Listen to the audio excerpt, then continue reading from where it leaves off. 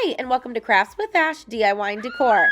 My name's Ashley, and today I put together some of my favorite flower DIYs that will be perfect for heading into the spring season and hopefully warmer weather. So if you want to see these DIYs bloom, stay tuned. Don't forget to check out my other channel, Life with Ash. This channel is a more behind-the-scenes vlog style channel filled with mama life, mama hacks, cleaning, organizing, hauls, shopping, decluttering, decorating, and even more fun. That channel is all about real life. My hair is always in a messy bun. I live in leggings. I rarely ever wear makeup, and I'm just trying to get through this thing called life. So if you can relate to any of that, jump down to the description box below and click the link to my other channel, Life with Ash, and come hang out with me over there. Before we begin, don't forget to hit that subscribe button and turn on those notifications so you're notified anytime I upload a new video. Also, if you love what you see, don't forget to hit that like button because it really does help my channel grow. For this first dupe, we're going to start off super easy. I picked up one of these garden gate things from the Dollar Tree, and then I also got this wire basket. So the first thing I'm going to do is take all the tags off, and then by using some zip ties, I'm simply going to zip tie this basket to the first little rod at the top of this little garden gate. Now I just put one zip tie in every section, but if you want it to be more secure, you can absolutely put more than that. But honestly, I felt like it was secure enough. I thought that this was gonna hold, so even with just the 3, I felt like it was gonna be okay.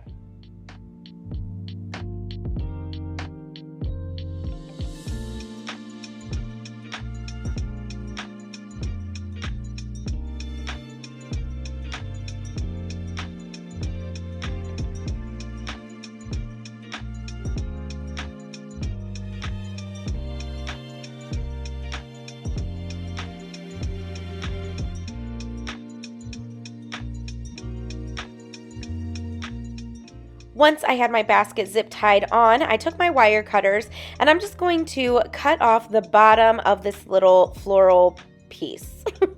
I really should have checked the tag to see what they call this thing.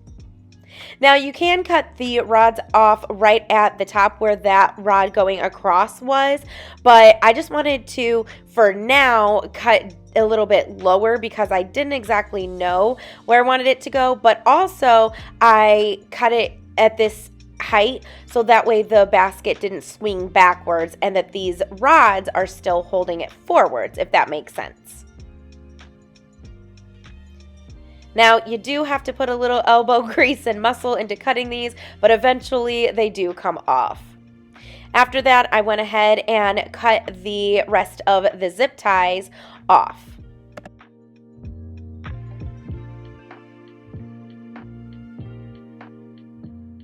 To give it more security, I flipped it over and I zip tied the green little rods from the actual floral thing onto the wire basket. I just zip tied it to the closest piece to it, and this just gave it an extra hold.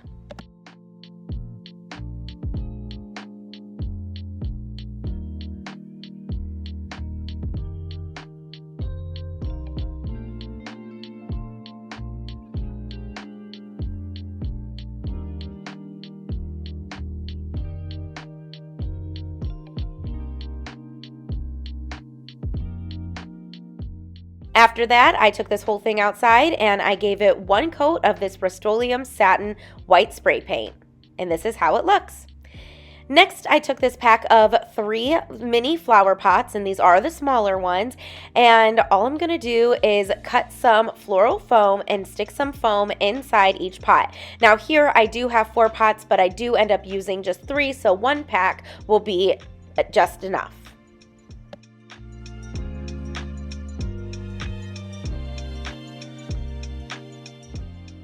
So after my floral pieces were all pushed down, I simply just took any flowers I had in my stash and I just started filling these little pots. I really wanted to use bright and colorful flowers, of course, that reminded me of spring since this is a spring DIY.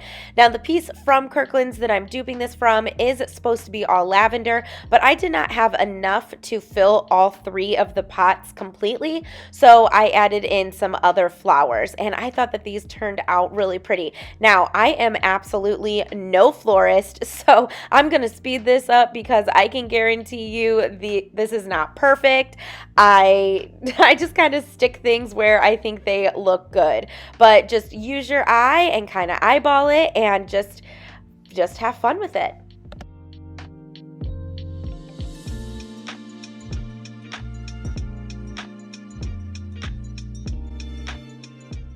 Real quick, I want to take this opportunity to welcome you to my YouTube channel. If you're new, thank you so much for choosing to stop by today. I truly hope you love what you see, and hey, hang out with me for a while by hitting that subscribe button.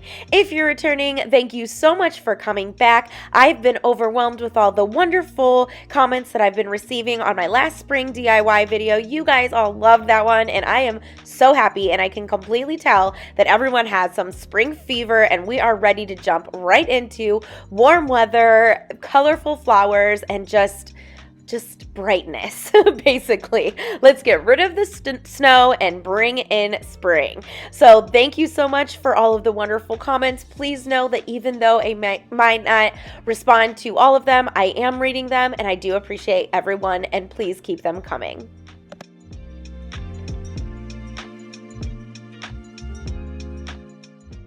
So after all my pots were filled and looking like how I love, all there was to do was just to add the pots right into the basket.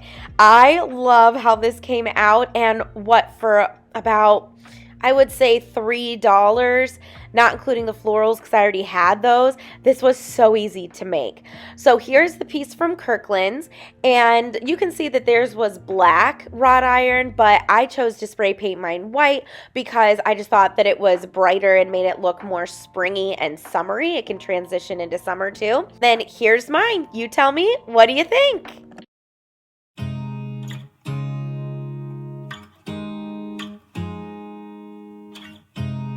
You look at me like I'm crazy when I shut my feelings out. You look at me like I'm different. For this next DIY, I'm going to use this shadow box, I guess you would call it. I think it was originally a piggy bank.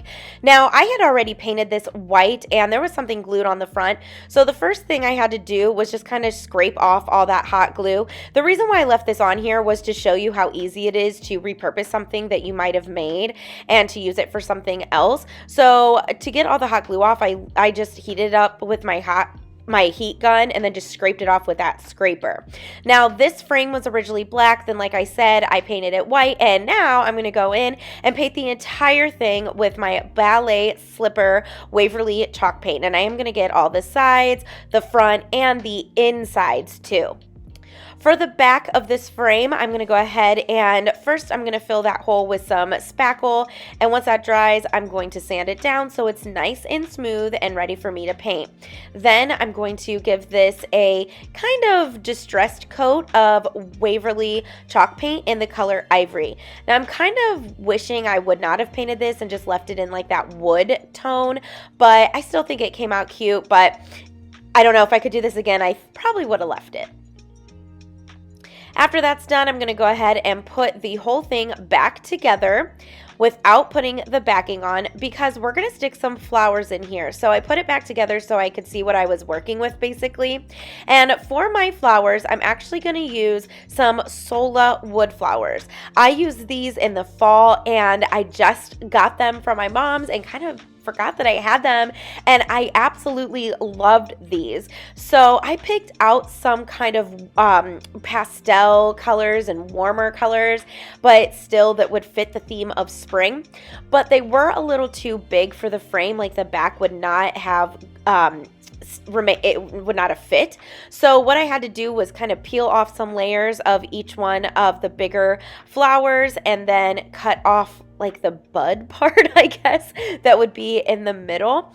And basically I just added flowers until this entire glass frame was full.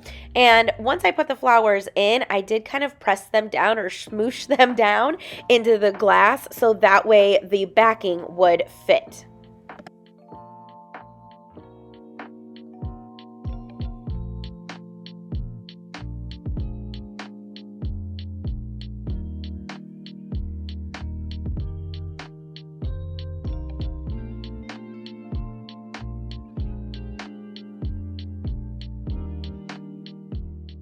Now these Sola wood flowers, they are so easy to move around and manipulate because even though they are made out of wood, they're very soft. So that's why it was easy for me to just pull off some petals, to cut the pieces down a little bit and to smoosh them all together. So that's why I really love using these. If you want to pick yourself up a bag, I will have the link in my description box below. I'm telling you, these are so much fun. And hey, going into the spring, there is no better time to pick a bag or two of these up because the colors are gorgeous.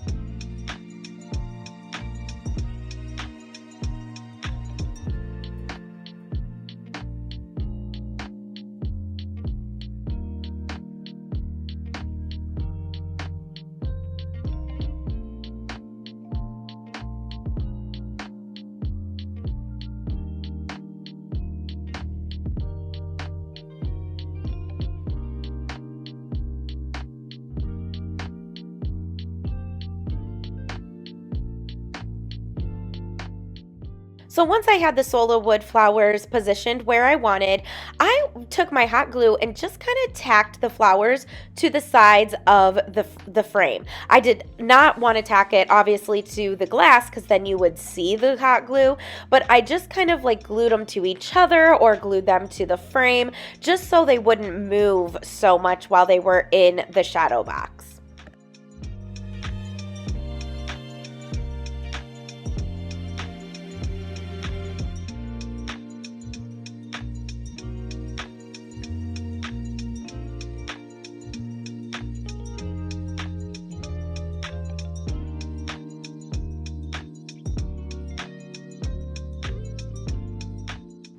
After that, I went ahead and hot glued the back on to my frame. And there were like little tabs there. So I did slip the frame underneath the little tabs, but then like I said, I did go in and secure it down with some hot glue.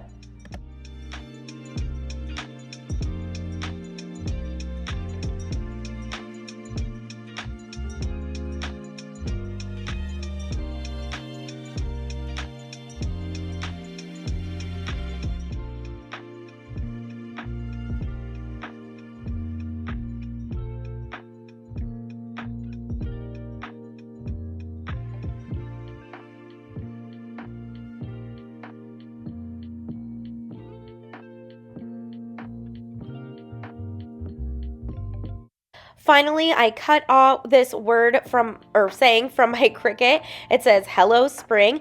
If you don't have a Cricut, that's okay. You can use rub-on transfers, you can use stencils, you can use stickers from the Dollar Tree or stickers that you might have. You can handwrite this.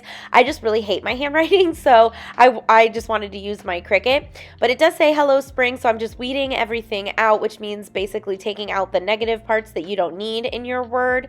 And then I'm simply just going to rub this on the front of my shadow box.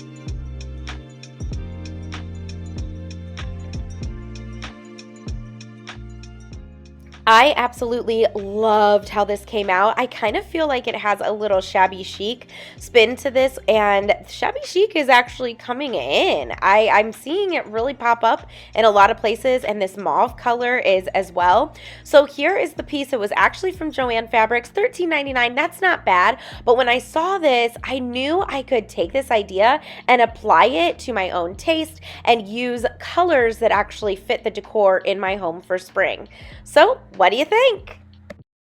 Because you feel something real. Get so lost in my moments. Doesn't mean I don't need you. I fell in love with your color. For the next DIY, I'm actually using this glass piece, and I did cover this with a piece of scrap paper for a previous DIY that I did not end up making, but I was showing you that that is the type of frame this is. It's one of those glass pieces with the writing on it. So now I'm going to take this beautiful scrapbook paper. I don't know where it came from. I had it in my stash from a really long time ago, but basically I'm just sizing it down to fit the inside of that frame. And I'm using my fingernail to kind of make just kind of a print of or line where I need to cut, and then I'm going to use my paper cutter to cut it down.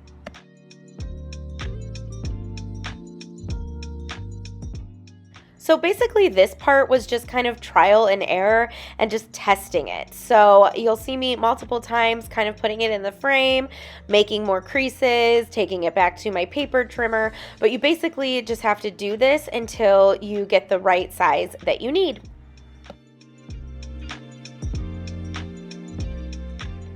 This is your friendly reminder that if you love what you see so far, don't forget to give this video a thumbs up. Not only does it really help my channel to grow, but it tells YouTube that you love what you see and you want to see more. So hit that like button. So once I got my piece all cut down, I actually realized I cut off a little too much. So what I ended up doing was when I went to glue this down, I just added that little piece there. You can see me kind of just fitting it back in, and you could barely tell. So to adhere my paper to the frame, I'm just simply going to use my go-to, which is Mod Podge. I know a lot of people have switched to using glue sticks, and you absolutely can do that if you like that. I don't know why, I've just always been a Mod Podge girl, and I just still am.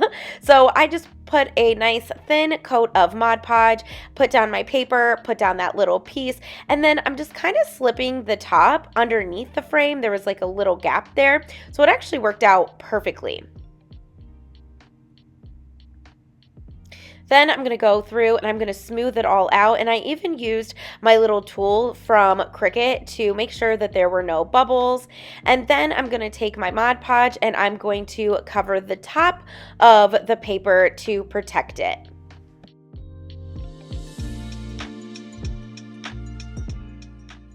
Next, I'm going to take this little framed piece that I also got from the Dollar Tree, and I'm going to pop out that little tile, and I'm going to give that and the black frame a coat of ivory chalk paint. Now, of course, if I would have thought to paint this, I at first was going to just leave this black, and then once I got that paper in, I realized I didn't really like the black around it, so I wanted to paint it ivory.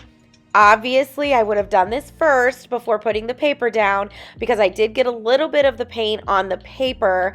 So if you're going to do this, definitely paint the frame first. But oh well, it's crafting and sometimes things just evolve. So I did go ahead and paint that bigger frame, and now I'm going to paint this smaller frame, and I am going to paint the entire thing. The sides, the front, the back, the insides, just all of it.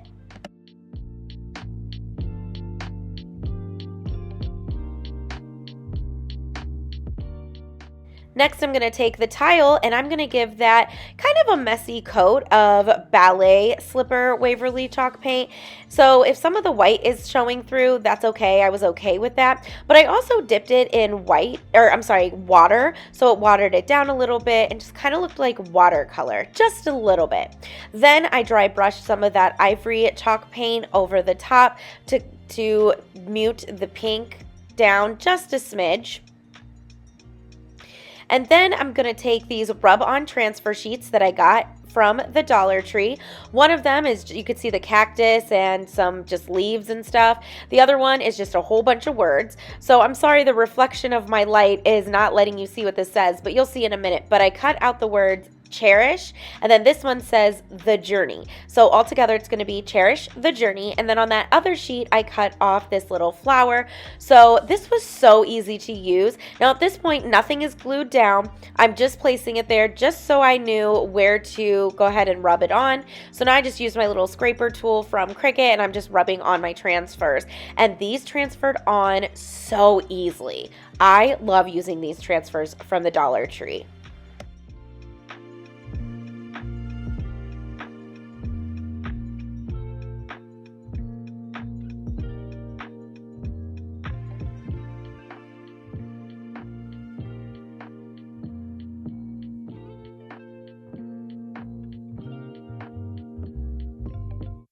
After that, I took my Waverly Antique Wax and this little chunky brush, and I'm just dry brushing some of that wax over the tile, and then I am going to go around the two frames too, the big one and the small one. And I did this because there's kind of like a brown distressing in the scrapbook paper itself, so I did this to tie it all in.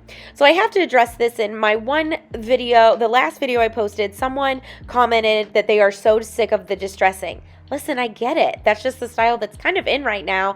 It's my style. I love distressing, but no one says you have to distress it if you don't like it.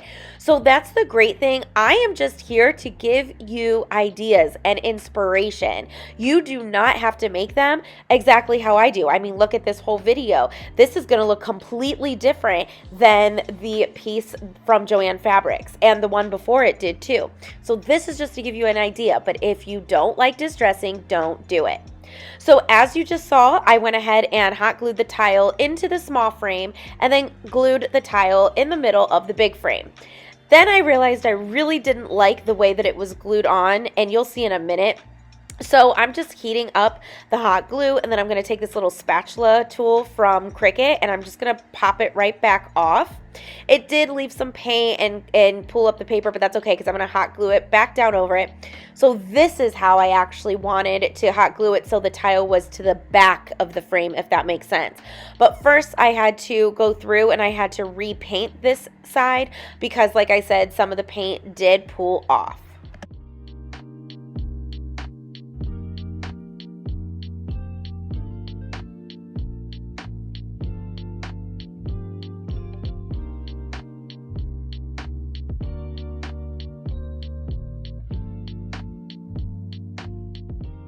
So after that paint dried, I went ahead and hot glued the tile back in the frame, and this time I glued it so the tile was towards the back of the frame. I hope this makes sense. I hope that you can see the difference of how it was glued. And then I'm just going to go ahead and distress that, and then hot glue this small frame back to where it was originally. And that was it to this project. I love this. I love all the colors. This just screams spring to me. Sorry about my head.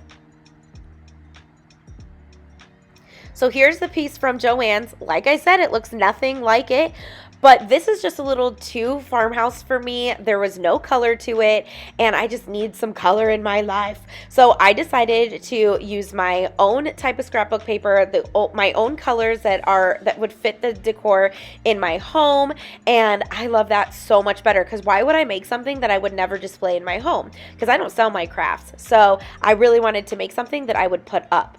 So tell me, what do you think? They kind of tell me what I'm thinking. I fell in love with the way we are and the way we lose it.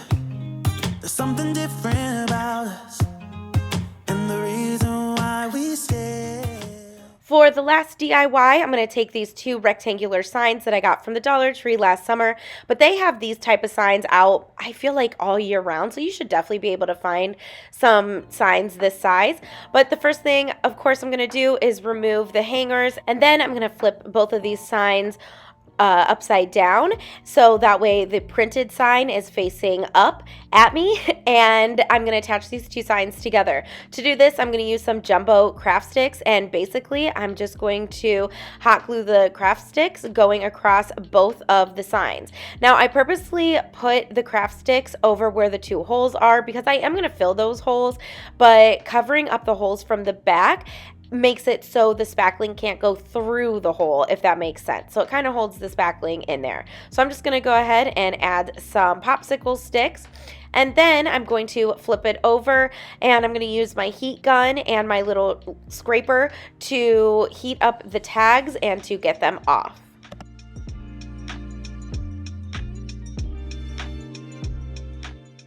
Next, I'm going to take some sandpaper and just sand down where the glue residue is, so that way it is nice and smooth and ready to paint. But first, like I said, I am going to go in with my spackle and I'm going to fill the holes.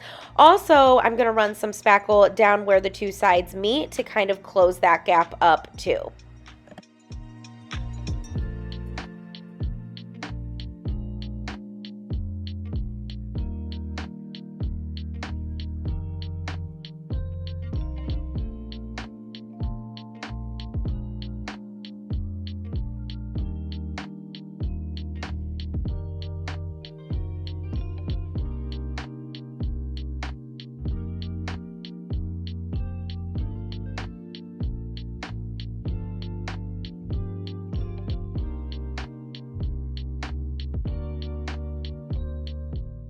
Once that's dry, I'm going to go ahead and sand down all the spackle. Then I kind of noticed that this was kind of still a little floppy. So what I did was cut down little pieces of popsicle stick, and I'm going to put them in between the bigger sticks.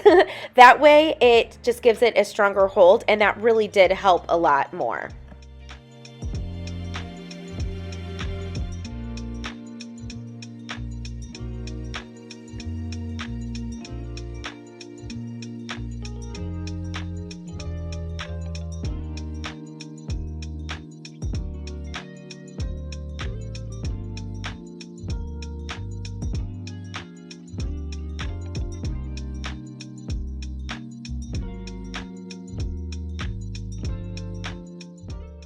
Next, I turned my sign back around, and now I'm just wiping it down with a wipe.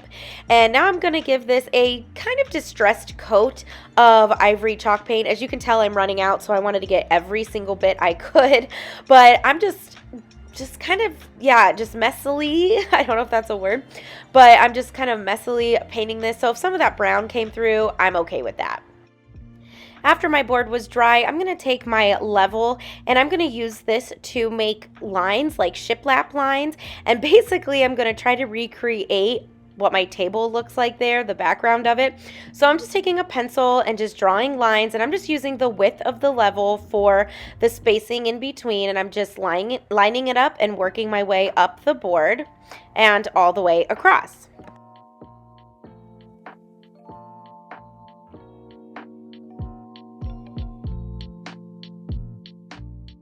Then to blend my lines in, I'm just going to take my finger and just rub across the line, and this is going to give it that distressed look. And I did this on all three of my lines. If you hear noise in the background, that's my dog snoring.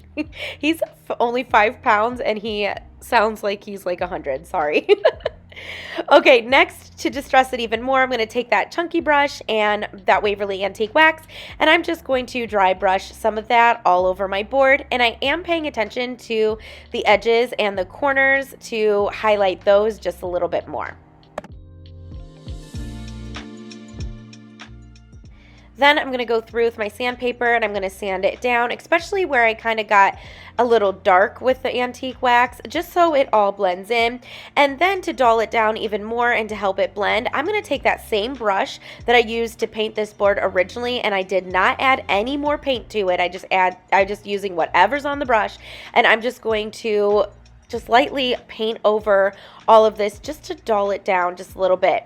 Now, this took me some time to get this to look how I wanted, so I kind of just between the Waverly Antique Wax and the ivory paint and sanding, I just kind of used all three of those to get it basically to look how I wanted.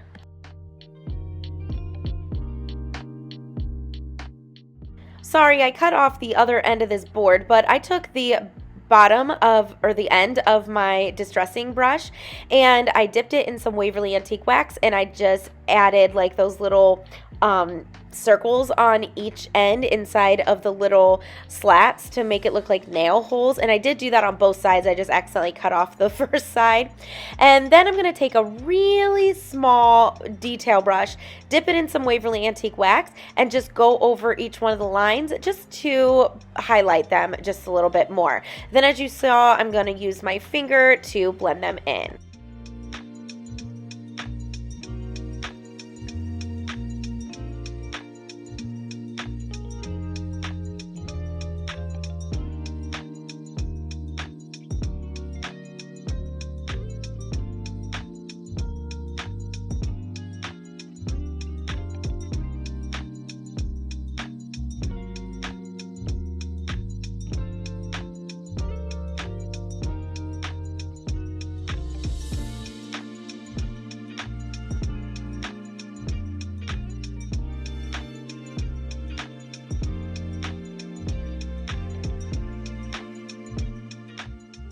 So then I decided that that was still just a little bit too dark, so I went over it with a light hand and a brush of ivory chalk paint. Now again, this is why I said it kind of took me a minute to get the look I was going for, but between the ivory chalk paint, the Waverly Antique Wax, and sanding it, I finally achieved the look I liked.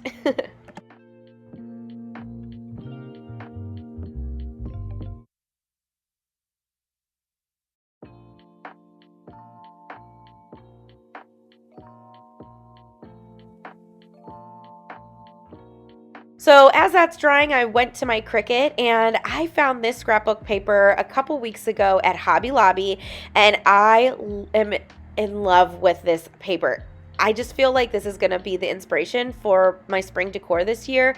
I just love like the teals, the pinks, the yellows, and then that little touch of dark color. I can't really tell. I don't think it's black. It's like a, I don't know, it's like a dark purple. I'm not sure. But I printed out or cut out 5-inch letters, and they spell out spring.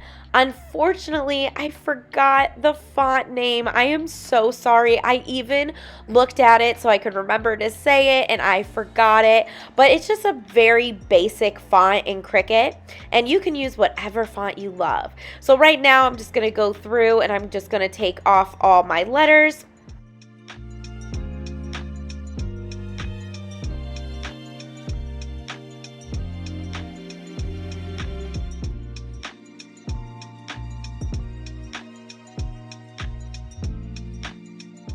And then all that's left to do is to glue them to my board.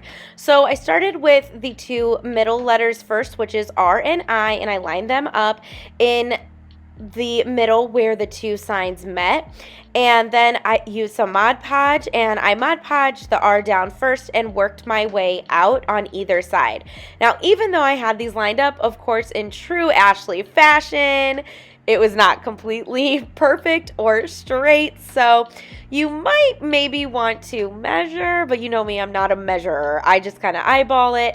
But I guess, I mean, from far away you can't really tell. It's just something that I noticed, but I still love how this sign came out. Now, I do wish that my letters were a little bit more thick and not so thin. So if I were to do this again, I would have picked a font that was just thicker, and you'll see why in a minute when I show you what the original piece looks like, but I still really love how this came out.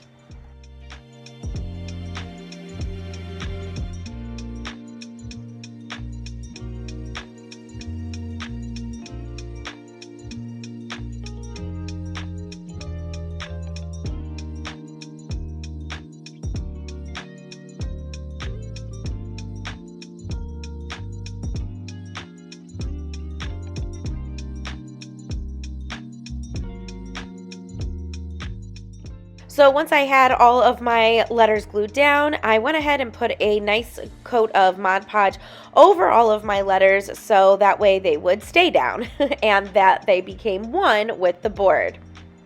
So this is another piece that is not going to look exactly like the original piece from Kirkland's, but I took the concept and just applied it to a DIY that I wanted to make, that I knew that I would display in my home and that would be perfect for my color scheme for this spring.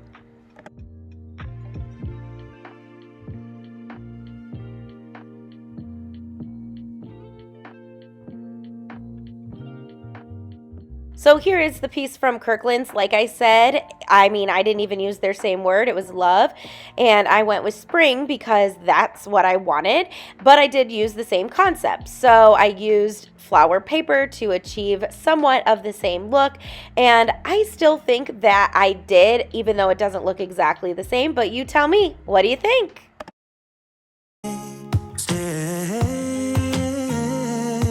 We fly around like paper planes, they never know where we will fall. Nobody can see us still there. For the first DIY, I'm starting off with 2 of these packs of painter sticks. Now these come in 3 packs, so this will make 6 altogether.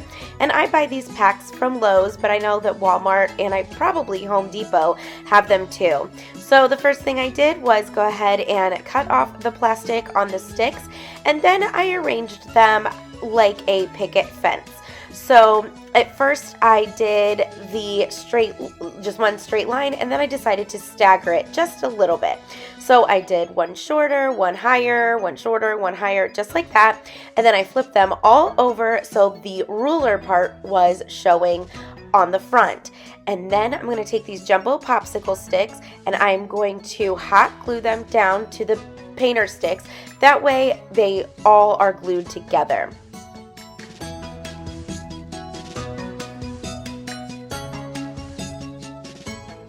Now one craft stick was not long enough to cover all 6 of my painter sticks, so I took that 4th craft stick and I cut it into thirds, and then I went ahead and just hot glued the parts that did not reach.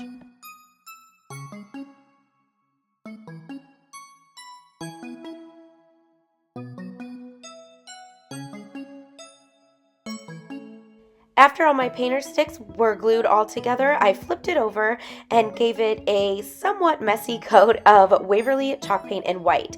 Now I'm not going for full coverage here. I do want some of the natural wood to show through, so I just kind of lightly brushed over it. Now I want the majority of it to be white, but like I said, if some of the wood showed through, that's totally fine. I also made sure to paint in between on those craft sticks as well. Once my white paint was dry, I took my Waverly Antique Wax and my favorite distressing brush that I do get in a 6-pack at the Dollar Tree, and I just dry brushed some of the wax on top of my little fence. I just really wanted it to look kind of beat up and rustic, so I just lightly brushed over it. Now I did pay attention to the edges because I wanted to make those defined. Then after I was done distressing it, I took my sand block that I also got from the Dollar Tree and gave it a light sand just to blend in all my wax and the paint.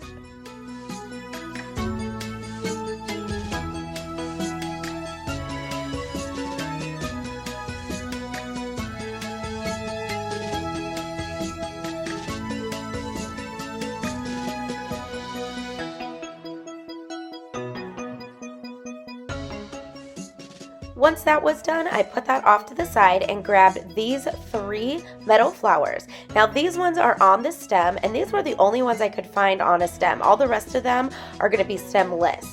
But the first thing I did was take some purple paint, and it is not Apple Barrel, it is actually from a craft store that is out of business, but any purple paint will do. And then I just painted this orange flower with 3 coats of that. Now you do not have to use purple. This first project is going to be very colorful and whimsical, but you can paint these whatever colors you want. Like I said in the beginning, the possibilities with these are endless, so you choose what you like. Then for the second flower, I went ahead and took my pink parfait paint from Apple Barrel and gave the second flower 3 coats of that. Then for my third flower, I took a light blue paint from, I believe it was Apple Barrel, but I did not realize this was a gloss paint. You're gonna see it's a little shiny, but that's okay. I didn't notice it until the very end, but it still looked really great. So now I have a kind of lavender color, a light pink color, and a light blue color. After all of those were painted, I took a darker color of each one of those colors. So I took a dark blue and a makeup sponge, and I just lightly brushed over my light blue flower. And this is just to add some dimension and to define all the ridges that are in the metal flower. Then I did the same thing with the other two. So I took a darker purple and I dry brushed over the light purple flower, and then I took like a hot pink fuchsia color and I dry brushed over the light pink flower. And I really love the little touch that it gave. Now, after I was done putting the darker colors on each of the flowers, I went back with the original lighter colors and kind of just brushed over it to kind of lighten up the darker color a little bit. And that way it all blended in.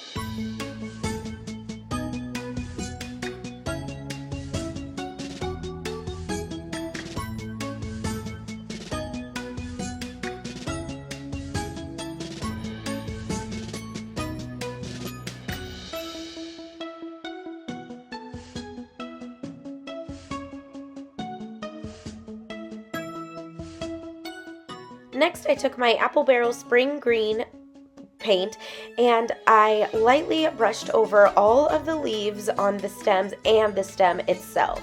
I just wanted to kind of dull down the shininess and the kind of brighten up the darker colors of the leaves, so I just dry brushed over those.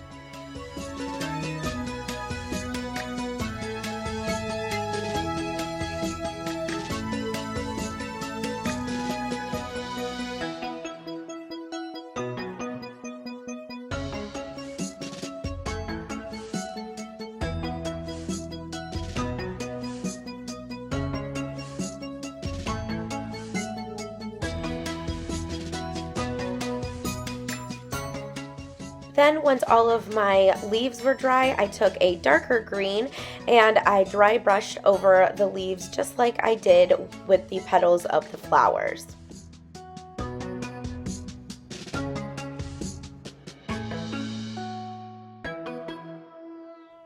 Next, I found 3 buttons from that container of buttons from the Dollar Tree. And like I said, this one is going to be super colorful, but you can do whatever colors you want. But I found 3 different color buttons and then I hot glued them down to the middle of each one of the flowers. Next, I felt like if they just needed something, so I took that white brush that I had painted the fence with, and I didn't even dip it in any other paint. I just used whatever paint was on the brush, and I just lightly dry brushed over all of the flowers, and I dry brushed over the leaves.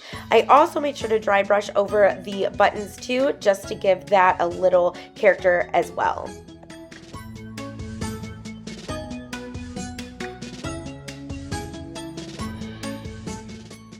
Next, I grabbed my picket fence again, and I arranged my little flowers how I liked them.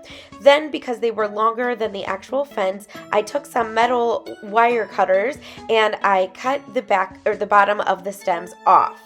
Then, to give it a stronger hold, I took a craft stick and cut it in half, and then I hot glued a craft stick down on the back of each flower. You're going to see me do this throughout this whole video because that's the best way to glue these down, because there is an indent. It kind of is a bowl in the middle of the flower.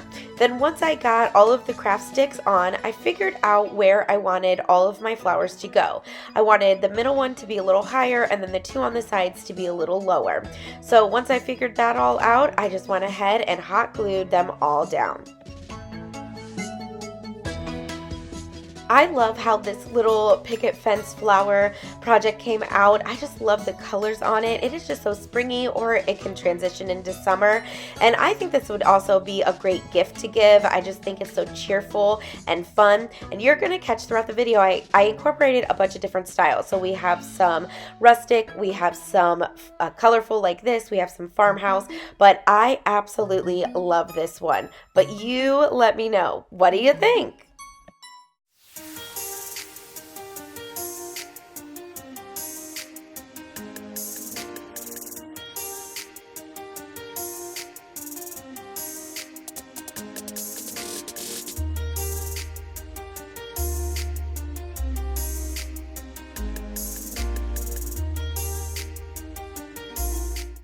This next project is for all the farmhouse lovers out there. So I started off with 3 of these metal flowers, and then by using my wire cutters, I went ahead and took off the hook on the top and the bell on the bottom of each of my little flowers.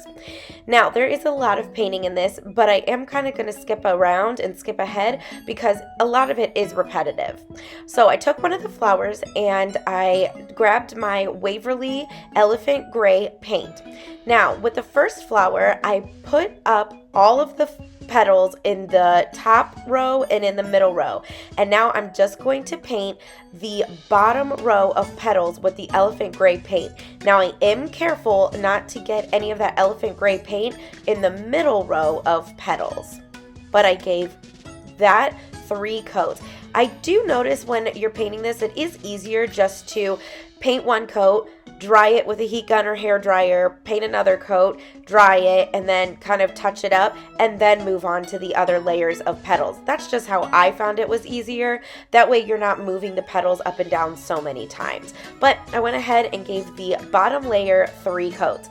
After that was dry, I went ahead and pushed down the second row and the top row, and then I carefully painted the top of the petals with the gray elephant gray paint. So that first layer of petals. So we're only painting the first layer of petals and the third layer of petals in this first flower with the elephant gray paint. We will paint the middle, but not with the elephant gray paint. All right, so once those 2 layers are dry, we're going to go ahead and give these the galvanized look. So I took some white Waverly chalk paint. I took some black acrylic paint. I took more of that elephant gray paint, and then in a little bit you'll see me squeeze some metallic silver paint that I got from Walmart, and I put it all on a paper towel. Then I took a kitchen sponge and I cut a little piece of it into the circle. Now, if you've been following me for a while, you know that I love to make things look galvanized. So just follow along, and then it'll speed up because it's kind of repetitive. But all you do, it's so simple. All you do is you take your sponge, you dip it in one of the colors of the paint, then you dab it on your paper towel, and then you just lightly dab it all over your surface. So you see I did the top already, and then I've dab, and then I went down to the bottom. Now I know that it looks like it's a lot of white on there, but after I'm done with the white, I'm going to go ahead and move to the black. After I'm done mixing in the black, I'm going to move to the elephant gray, and then to top it off, I'm going to do that metallic silver. And then I'm kind of going to go between all the colors. Now this, you just have to do it until you like it. It's just to taste. So I just kind of played with it and dabbed it and mixed all the paints until I had the look I was going for.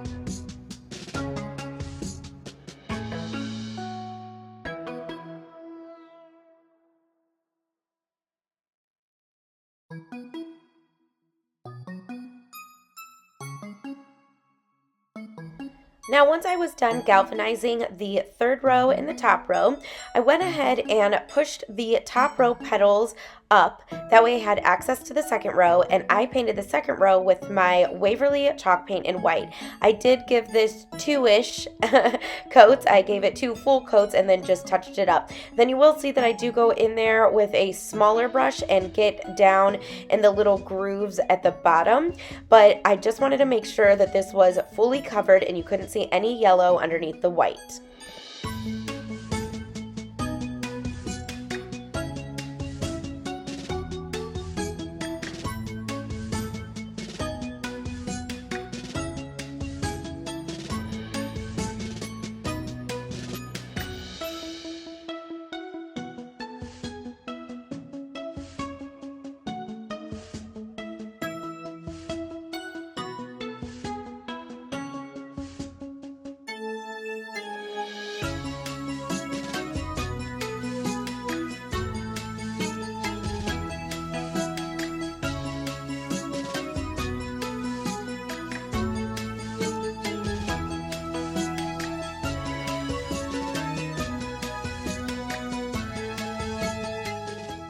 After all the white paint was dry, I took my brush that had the gray elephant paint on it and I lightly dry brushed over the white petals. So I definitely paid attention to the outer edges, and then I lightly went into the middle.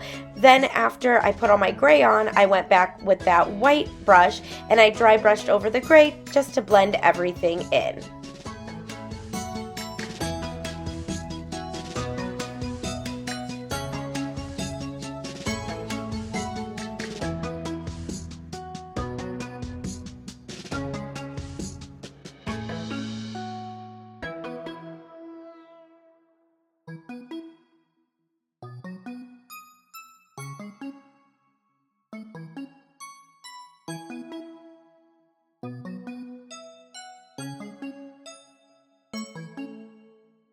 Then to finish this flower, I took a smaller paintbrush and some black acrylic paint and I painted the middle of the flower.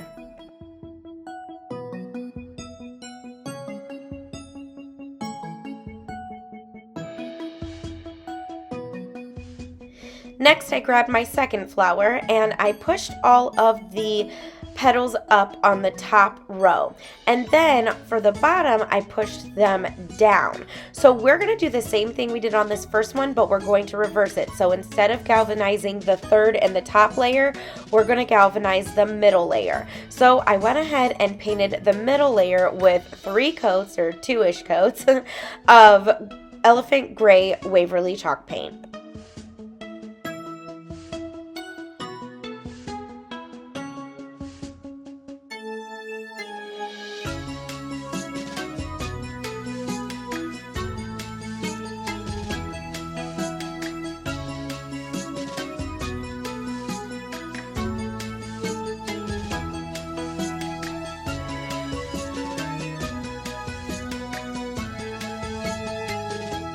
Once the gray paint was dry, I did the same thing and I galvanized these gray petals. So I took the white paint, the black paint, the gray paint, the metallic paint, and I just dabbed it all over my gray petals to create that galvanized look.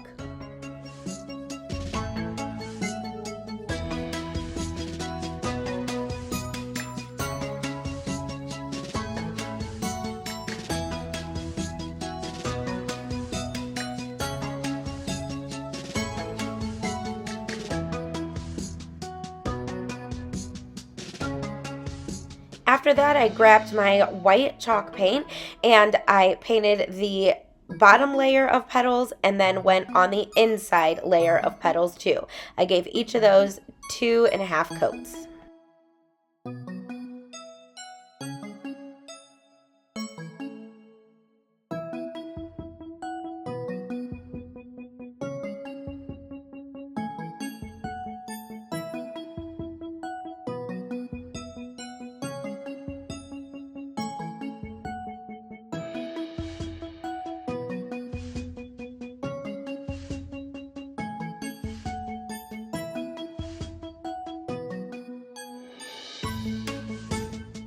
After all my white paint was dry, I pushed up the middle layer of petals, and I did the same thing we did on the first one and just dry brushed over all of the white petals with the elephant gray paint.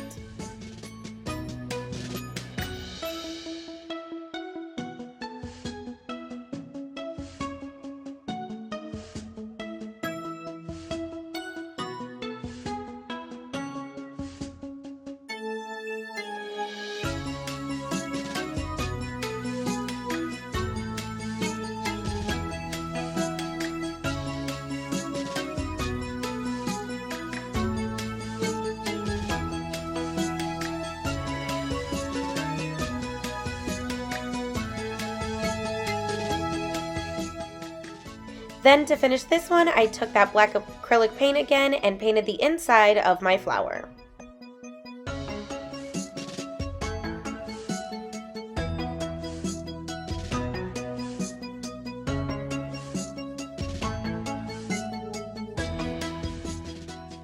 For the third flower, I went ahead and took that white chalk paint and painted the whole thing with 3 coats of that.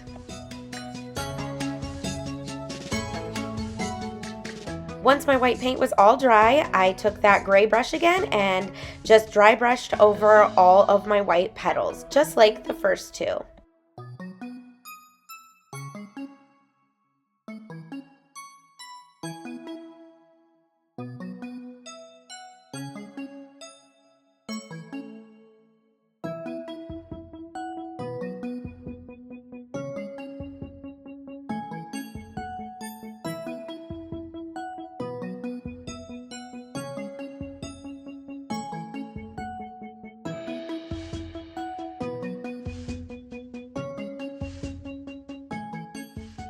Once all my gray was on, I did make sure to go over it with the white paint just to blend everything in.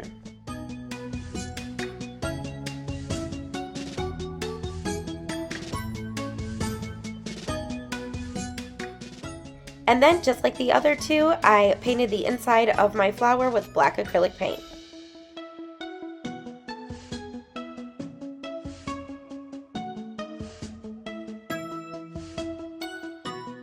Next, to give it that rust look, I took my antique Waverly wax and a makeup sponge, and I just lightly brushed over the edges of each one of the petals in all 3 of the flowers.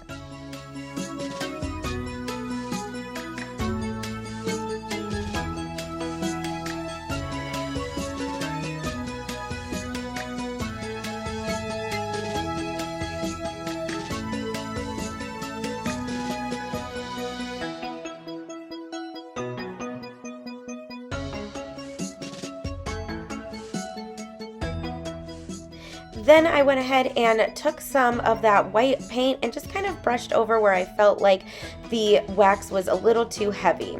Then I took my gray paint and lightly dabbed in the middle of the black circles. I just felt like I needed to add some detail there and add some dimension. So I just kind of went back and forth between the gray paint and the white paint and just dabbed in the middle until I liked what it looked like. I put those flowers off to the side and grabbed this big sign that I got from the Dollar Tree.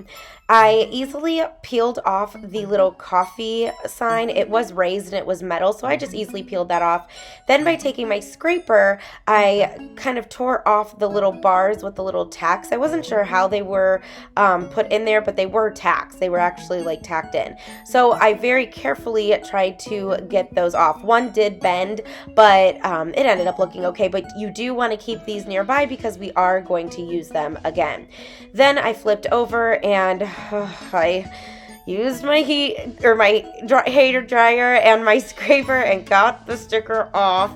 It was not easy. It took me forever, but finally, when it was all off, I went ahead and sanded it down so it was a smooth surface for me to paint. And then I gave this board a couple coats of the black acrylic paint.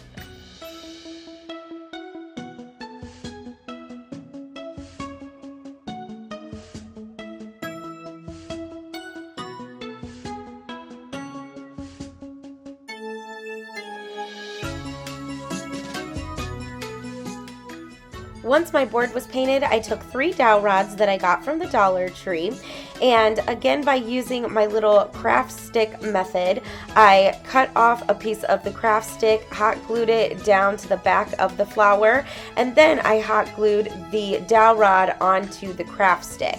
Now, I did try to paint the craft stick, and where the dowel rod is glued onto the craft stick, I did try to paint that black, and you'll see that I kind of got smart and painted the craft stick first and then put the dowel rod on top of it, but it doesn't really matter because this is going on the back anyways. And then you could just put it up against the wall. And if you have followed me for a while, you know that I don't care about backs of projects. I just kind of hide them, you know, up against the wall. I just really don't finish the backs because I don't sell my pieces or anything. I mainly just give them away to family and friends, or I just use them for my own home.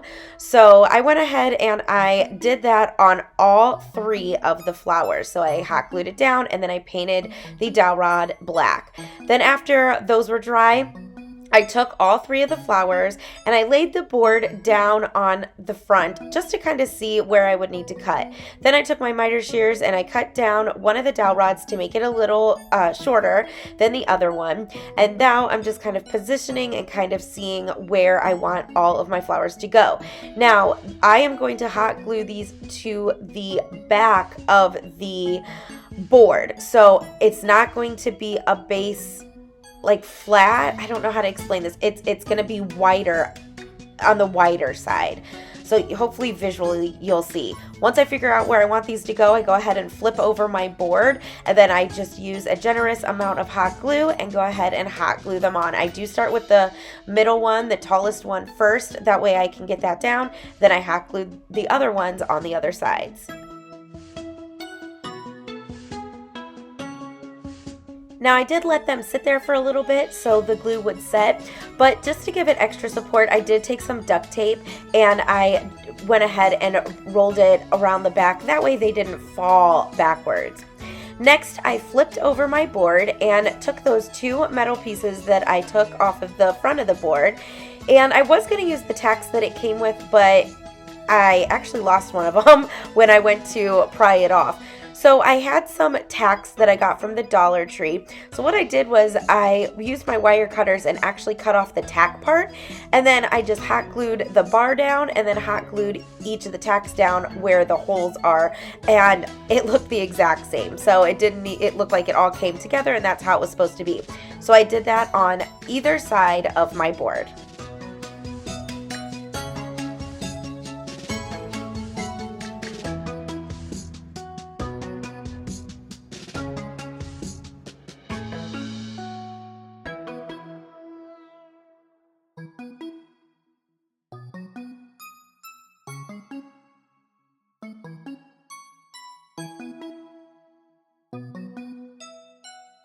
Next, I took that brush that had the white chalk paint on it and I just dry brushed over the front of my little box. Now, I did also dry brush over the metal pieces just to kind of dull down the shininess, and I really love the little touch that added. Then I took the elephant gray paint and I painted the little metal pieces.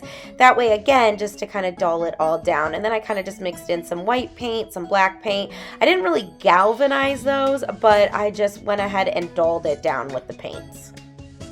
Next, I took this cookie sheet that I got in a 2-pack from the Dollar Tree, and I went ahead and cut out the middle so I was only left with the little ridges or the bumps of the cookie sheet. Then I just freehanded the shape of a leaf and I cut out 6 of them.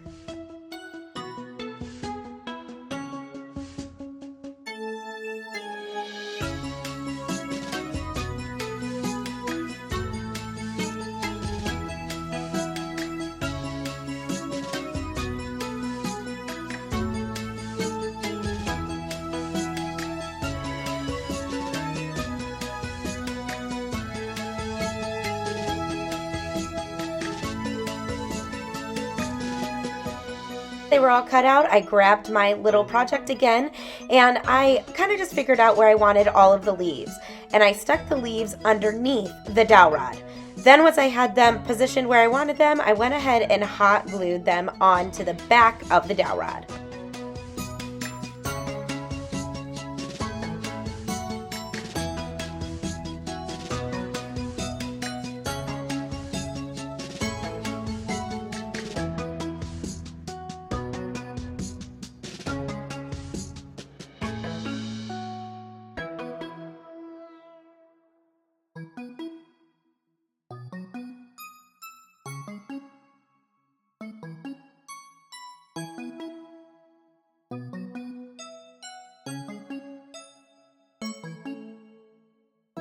Once all my leaves were glued on, I took that elephant gray paint and I just kind of dabbed that paint all over all of the leaves by using that same little kitchen sponge.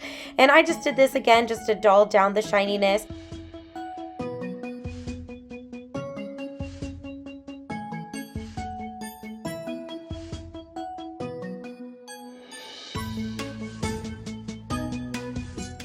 Then to complete this project, I took this sign that I got from the Dollar Tree, and by using that scraper, I went ahead and pried it off of the sign, and then I simply just hot glued it down to the middle of my board on my project. Woo, okay, that was a lot. I know that project kind of took some time, but I'm telling you, this came out so neat. And if you are a farmhouse fan, or if you know somebody who's a farmhouse fan, I just think that this also would be a great gift to give. And I was thinking these would all be great for Mother's Day. This would be great to give to your mom or an aunt or your grandma or a special friend, something like that. But I absolutely loved this, and I'm not even a farmhouse person, but I fell in love with this, and I think I know who I'm gonna give it to because they will love this. But the thing that I love is that all the different textures of this, and just the way that it has so much dimension, it just looks so high end. But what do you think?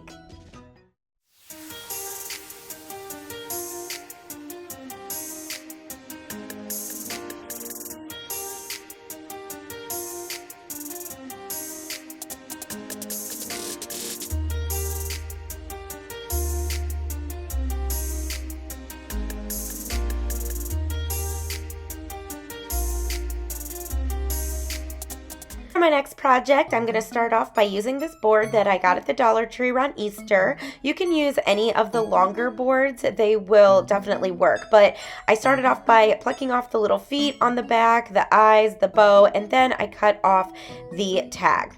After that, I flipped it around, and by using my ivory chalk paint from Waverly, I just dry brushed that over the back of this sign. I was not going for full coverage. It was okay if some of the sign showed through, but I just made sure to have the majority of it covered with the ivory paint.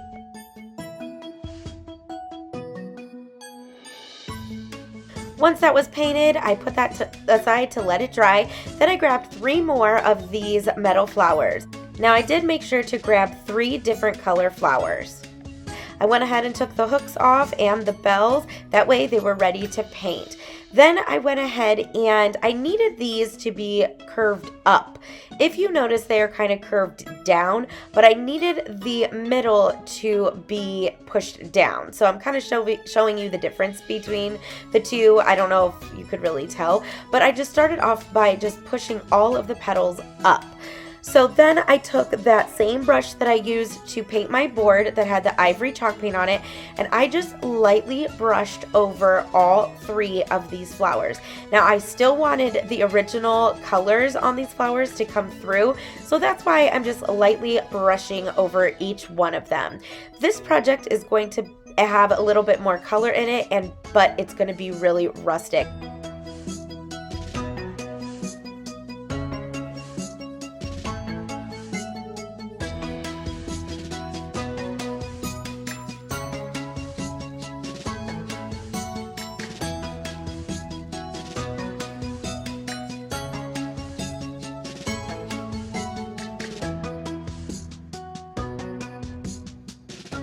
Here's how all the flowers came out after I put that light ivory on it. And next I'm going to take my Waverly Antique Wax and my favorite distressing brush again, and I'm going to lightly brush over the petals with the Waverly Antique Wax. And again, this is to add that antique-y rustic look.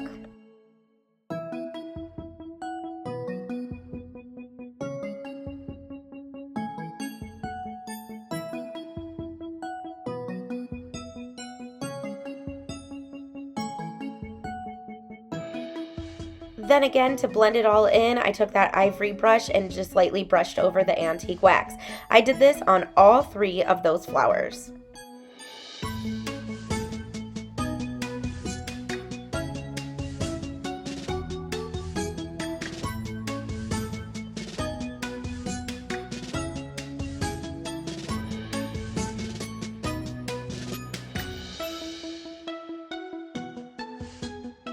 After that, I grabbed my sign and I took my ruler, and I purposely bought this ruler because I feel like it would be the width of shiplap, but I put it in the middle of my board, and by using a pencil, I traced down either side of my ruler.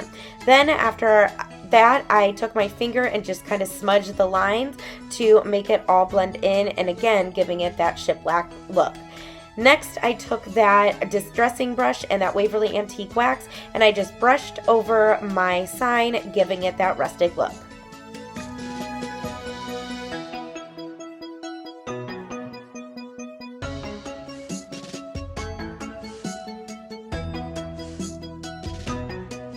Then to blend it all in, I lightly sanded over it.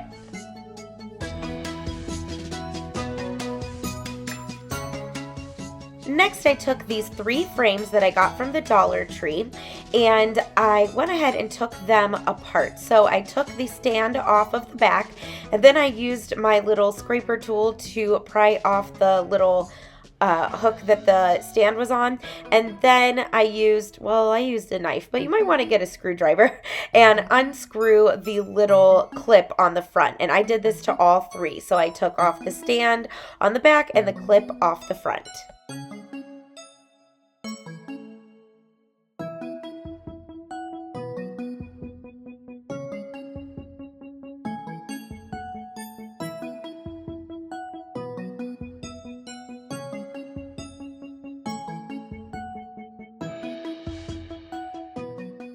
Once my frames were ready, I put them on my board and I just lined them up to see how I would like it. Now I made sure, you can't really tell, but I did make sure to leave room at the top and the bottom of the sign as well. And then I placed my little flowers on each of the frames. I kind of noticed that the frames just needed something. So what I ended up doing was taking my antique Waverly wax and just dry brushing over the frames, and this kind of darkened it up a little bit and made the frames pop from the board itself. And I really do think that this little touch added so much. Look at the difference between the two. I really love that. So I did that on all 3 frames.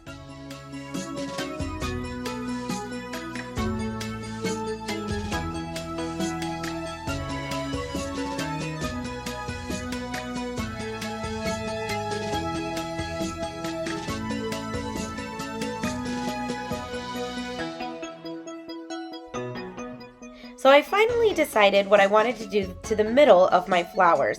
The whole time I was just racking my brain, but I think this really added so much.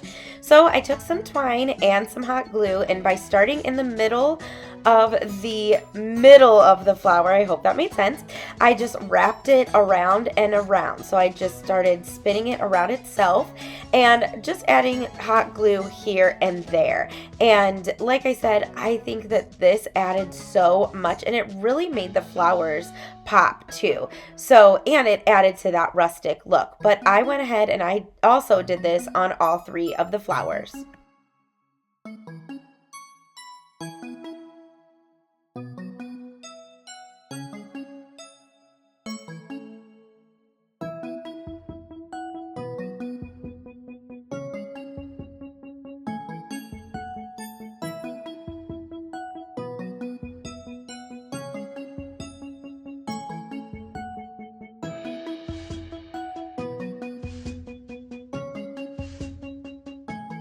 Once I was done adding twine to all 3 of the flowers, I took that Waverly Antique Wax and just kind of dabbed it on the twine just to blend it all together and make it all cohesive.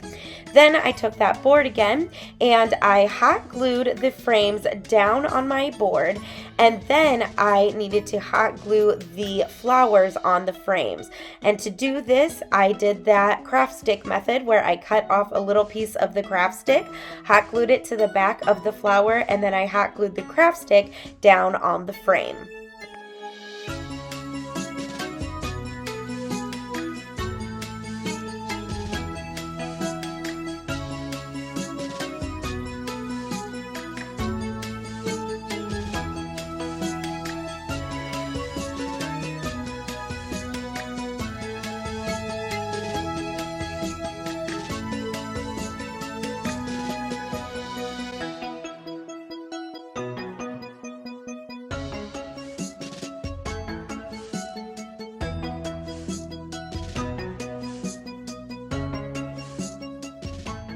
Then to complete this project, I flipped my board over and hot glued some twine around the top of the board and then the bottom of the board as well.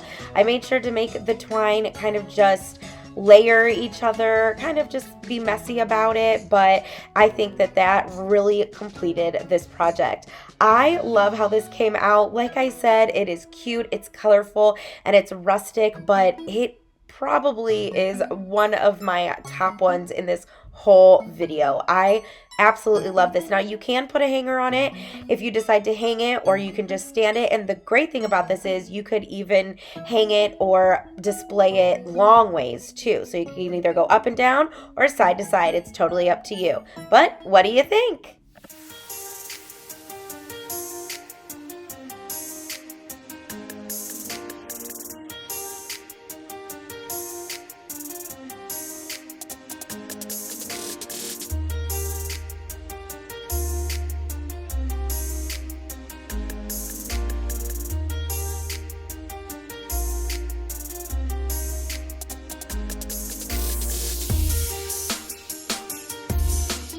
For my last DIY, I grabbed 3 more of the metal flowers and again took off the hooks and the bells.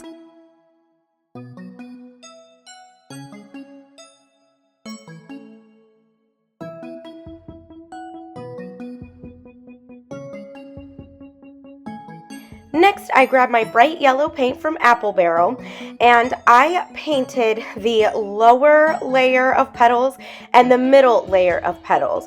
Now, like I stated before, I found that the easiest way to paint these is to do one layer at a time. So do one coat, dry it with your heat gun or hair dryer, do your second coat, dry it, and then do your third coat. And then that way you can go ahead and put the second layer down and do the same thing. So I just painted the bottom 2 layers of petals with the yellow, but I did not paint the inside top layer.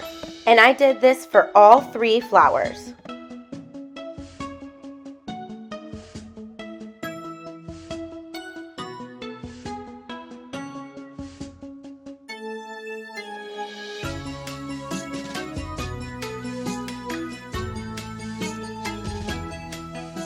After I was done with the yellow, before I pushed down the top layer of petals, I took some brown paint and painted on the inside bottom. So it would be the layer that the second layer of petals is on. I hope that makes sense, but I painted the bottom of it. And then after that was painted, I went ahead and spread out all the top petals and painted all of that with the brown paint.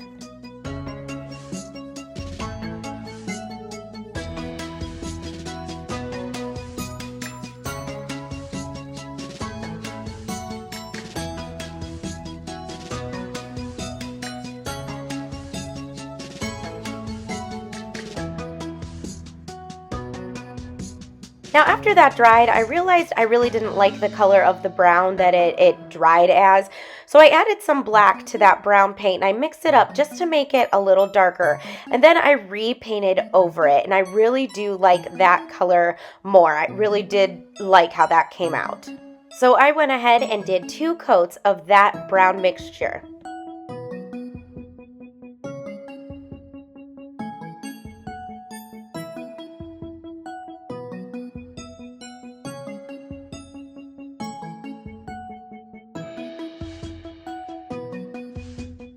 Once all 3 of my flowers were painted, I took that Waverly Antique Wax and that distressing brush again, and I went ahead and distressed the yellow petals. We are making a sunflower, so I thought that this would really make it look more like a sunflower.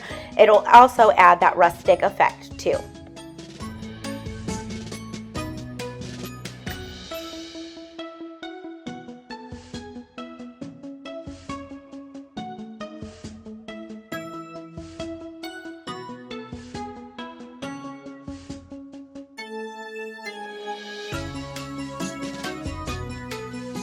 Once my flowers were distressed, I took this burlap ribbon that I got from the Dollar Tree and I cut out a circle in the middle of the ribbon. So I wanted to make sure that I didn't have any of the seam on there. But I cut out a circle big enough to cover the inside part of the flower. Once I had it cut out, I went ahead and took out some of the strings on all the sides. That way it was kind of frayed. And then I went ahead and hot glued it down to the center of my flower. I did this for all 3 of my flowers. Then I took that Waverly antique wax and I just blotted it on there. That way it all blended together.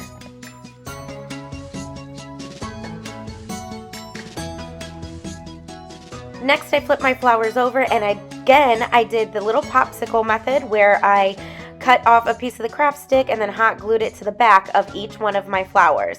Now here is where I said I kind of got smart and I started painting the popsicle sticks before I put the dowel rod down. So I just painted it with some black paint. Then once that dried, I went ahead and hot glued the dowel rod on top of the popsicle stick and then painted the rod black. I did this for all 3 flowers.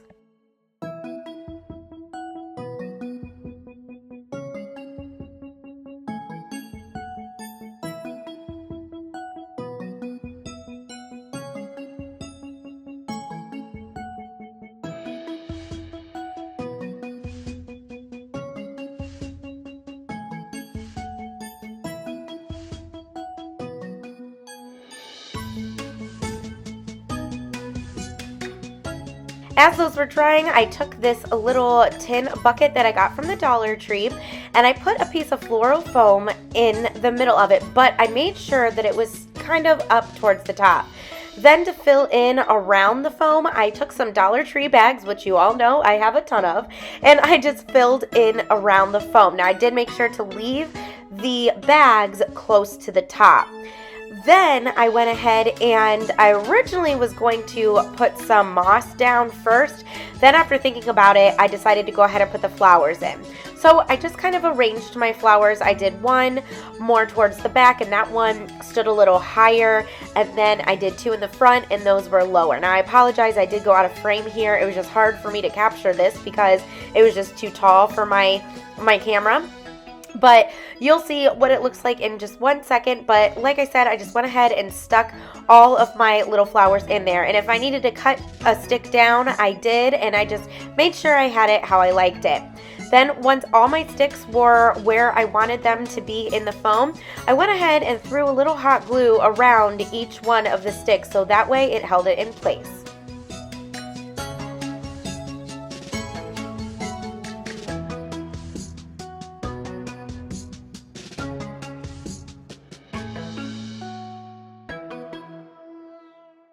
Then to finish this off, I added a ton of hot glue onto my foam and just put some of that Spanish moss right on top. I love this. It is so cheerful. This could transition from spring to summer to fall. So this, talk about a great gift to give. This would be an amazing gift to give because of that reason. You could have it for all 3 of those seasons. So it is just so bright and so cheerful, and I absolutely loved how this came out. It's hard to choose which one I love the most, but I'm not sure, but I really love this. What do you think? The first dupe we'll be recreating is a little bird feeder, and I loved this when I saw it on the website, but I did not like the price tag. But I knew that I had all the items to make it, so I went for it. So I started off by taking apart that little metal flower that I got from the Dollar Tree, and then I grabbed this little glass candlestick. Now I needed to put the glass candlestick, I needed to glue it to the metal flower, but there's a dip in the flower, so I just cut off a piece of wood and super glued it to the back of the flower. And then I hot glued the candlestick to the wood. Now, eventually you'll see me fight this thing because I kind of forgot. Hot glue doesn't really get along well with glass. So you'll see me a little bit later take it off and super glue and hot glue the candlestick to the flower. Next, I pushed up all the petals on the flower, and I'm gonna paint this entire thing with 2 coats of Waverly white chalk paint. Now, if you caught my video of 4 ways to use these metal flowers, I posted it about a month ago. I can go ahead and link it in the description box and at the end of this video. But one thing I found out that the easiest way to paint this is to do it layer by layer. So what you want to do is you want to paint one layer. So there I am painting the bottom, and then I'm going to dry it with my hairdryer, and then I'm going to give it the second coat. After that's dry, I'll move to the middle layer, and then finally the top layer. I just found that it was way easier to paint it like that instead of keep moving those petals up and down. So, like I said, I just gave this 2 coats of Waverly chalk paint in white.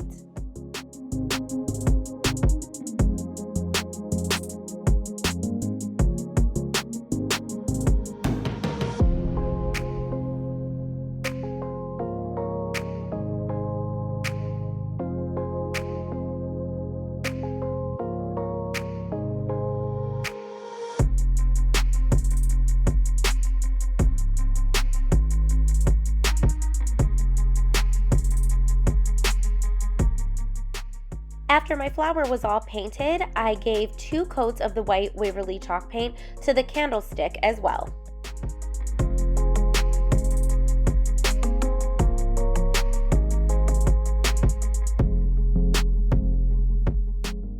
Okay, so here's where you'll see that I was fighting the candlestick and realized about the whole glass and hot glue thing. So I'm just adding some super glue to the top, and then I'm going to add some hot glue to the top as well, and then I'll push that in the middle of the wood on the back of my flower. Next, I put that aside to let it set, and I grabbed this cute little bird that I actually got at Dollar General, and it was only $1. So I went ahead and gave that 2 coats of the Waverly white chalk paint as well.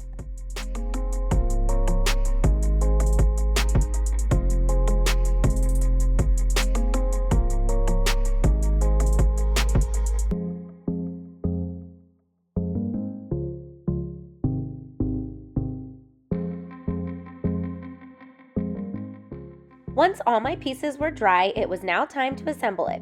So all I did was simply hot glue the bird on the petal that had the hole in it. I did this so I would hide the hole, and it worked.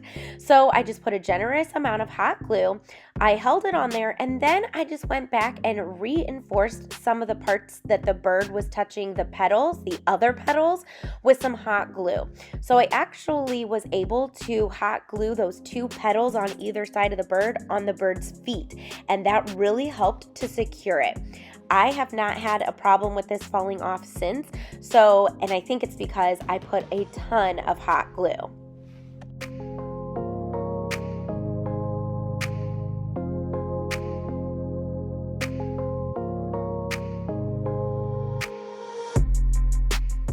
Finally, to give it that rustic look, I took my antique Waverly wax and my favorite distressing brush and just dry brushed some of that wax all over this entire piece. Now, I did go a little darker around the edges of the flower, the bird, and the candlestick, so that way it just highlighted that a little bit more.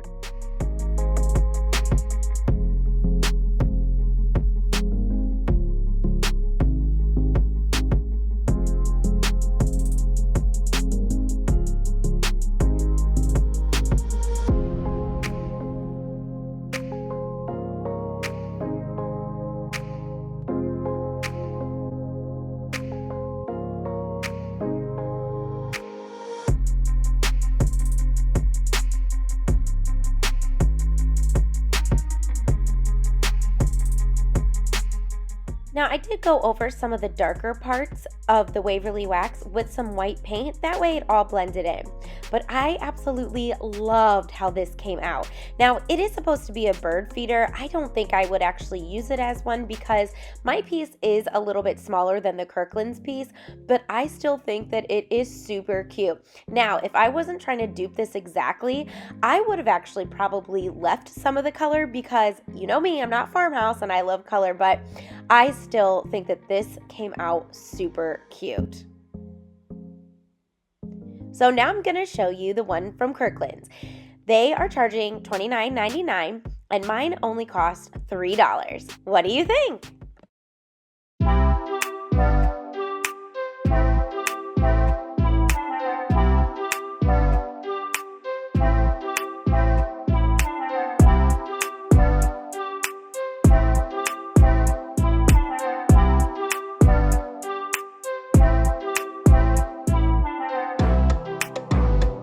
For the last DIY dupe, I started off by using this pack of the long skewers that I picked up from the Dollar Tree.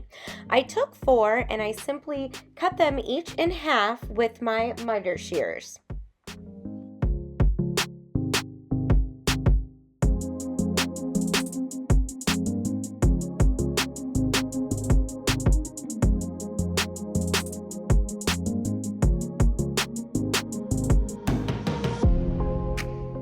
After I had all of my skewers cut down, I piled them on top of each other at a point and just added a ton of hot glue. So I started with 2 and then I added the third one, but I had it kind of like a tripod, if that makes sense. So I had it angled up. And then I went ahead and added a bunch of hot glue, and then I added one on the other side. So all 4 of them came to a point at the top.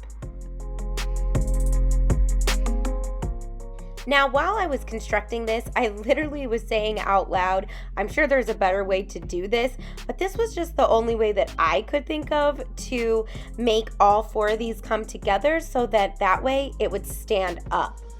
Next, after all 4 of them were glued at the top, I took this sign that I got from the Dollar Tree and it has a removable inside. So I removed the inside and then I put the skewers inside of that frame. And then I just added a ton of hot glue and pushed the skewers to the corners. That way it all stayed together.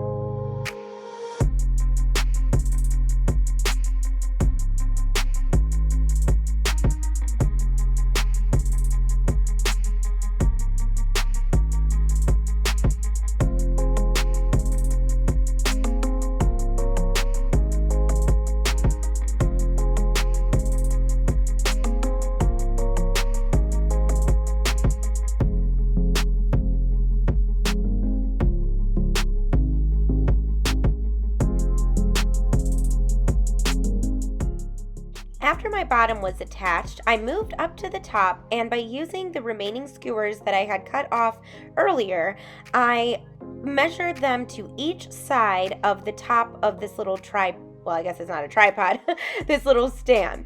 And then I went ahead and cut them down and then hot glued each one of them on the inside of each of the skewers.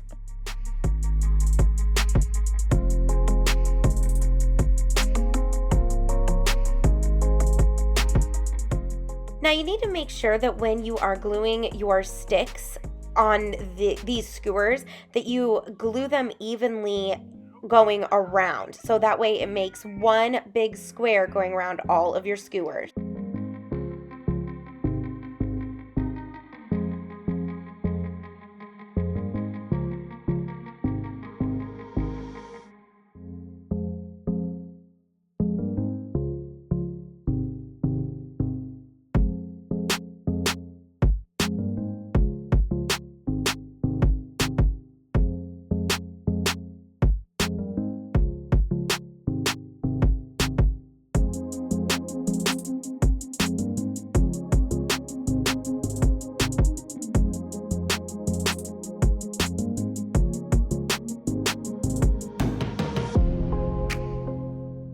After that was done, I painted this entire base with 2 coats of black acrylic paint. Now, I did have to sand down that little box at the bottom because it was very shiny. It was kind of like a plasticky kind of material, so I did sand it down so that way the paint would stick, and it did seem to work. But I did go ahead and give that 2 coats, and thinking about it, I actually got away with just 1 coat on all of the actual real wood, so all of the sticks. But for that bottom square, the frame at the bottom, I definitely needed 2 coats. After that was painted, I put it off to the side and let it dry. Next, I grabbed one of these metal flowers again, and this time this one is on a stick, so I did have to use my wire cutters to get the stick off. So all I had to do was score it, and then I was able to bend it back and forth, and then eventually it went ahead and broke off. Next, I took some white Waverly chalk paint and I dry brushed some of that over each one of these petals. Now, because I was not painting this entire thing, I didn't worry about moving all the petals up and down and getting into all of the nooks and crannies. I just was trying to dry brush over it, but I did want some of the yellow to show through.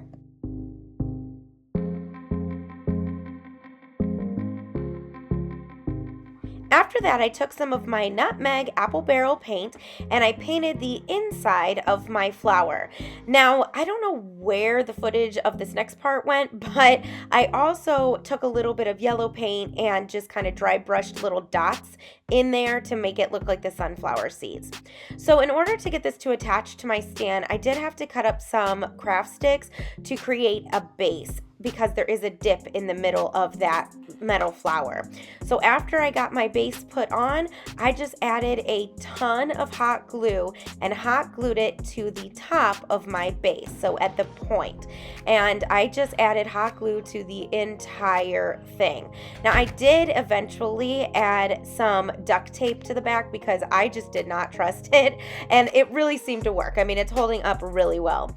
But I really love this. I think it is so cute. I'm thinking I'm going to give it to my sister because she loves sunflowers, so I really love this. Now, the one at Kirkland's was actually metal, so that's going to explain why, of course, it was $129.99, and they have a lot more rods, but I just decided to go with this because I thought it would be a little simpler and definitely not as expensive. But what do you think?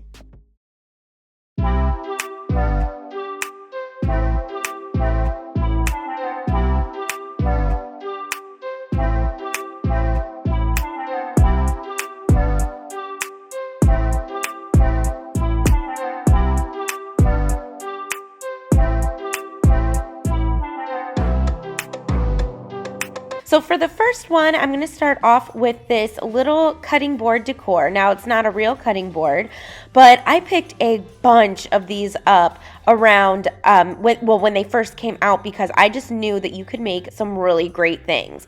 So I went ahead and cut off the tag, and then I used my little scraper to pop off each of those little tacks. Now, they were just pushed in there, so I just kind of used a little muscle and grabbed them, or plucked them off. Then I took my sanding block and I sanded the paper down just a little bit.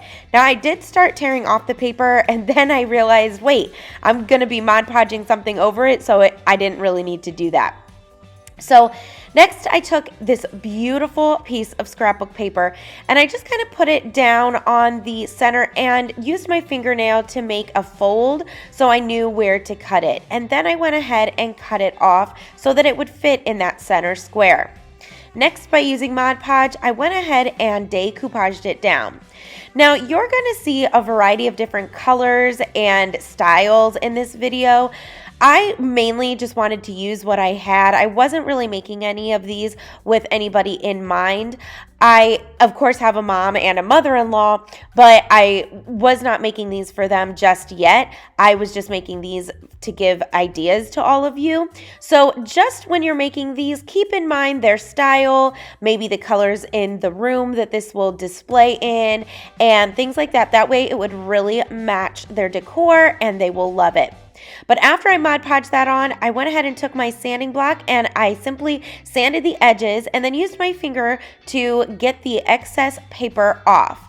Then I took my little knife and I just cut it off, and actually that worked so much better. So I kind of sanded it to give it this the little cut, and then to completely get it off, I used my knife, and this worked out great.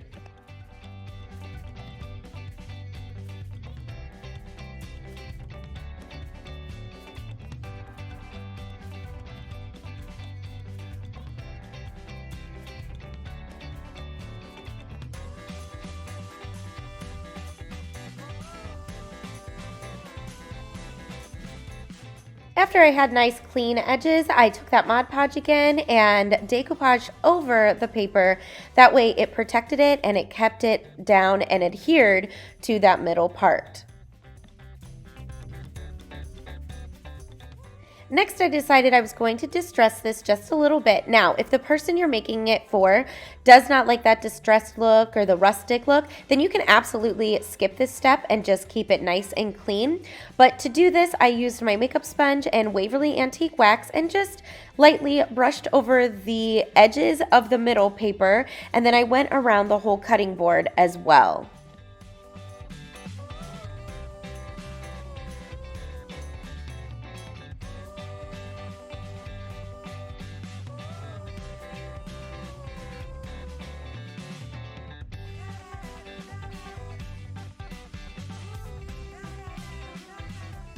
Once my distressing was done, I put that aside and grabbed some tumbling tower blocks. Now you're going to need 9 altogether, and what you're going to do is hot glue 3 tumbling tower blocks end to end. Then you're going to make 3 of these little stacks. Now here you're going to see me only make 2, but you're going to want to make 3 because I realized I was short, so I ended up adding another one. But you're just going to make 3 of these 3-piece stacks. I hope that makes sense. After they're all glued together, I took my ivory chalk paint and painted each one of them with that.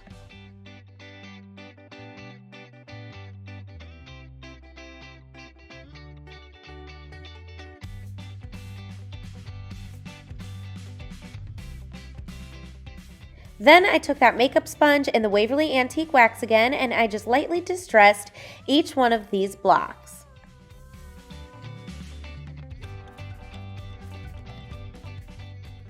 Next, I took those tacks that I originally took off the cutting board, and instead of trying to push them in, I just decided I was going to hot glue them down. So I took my wire cutters and I cut off the pointy part of each of the tacks. And then I put them on the middle section of the cutting board so I can line them all up. And then once I figured out where I needed them to go, I went ahead and hot glued them down.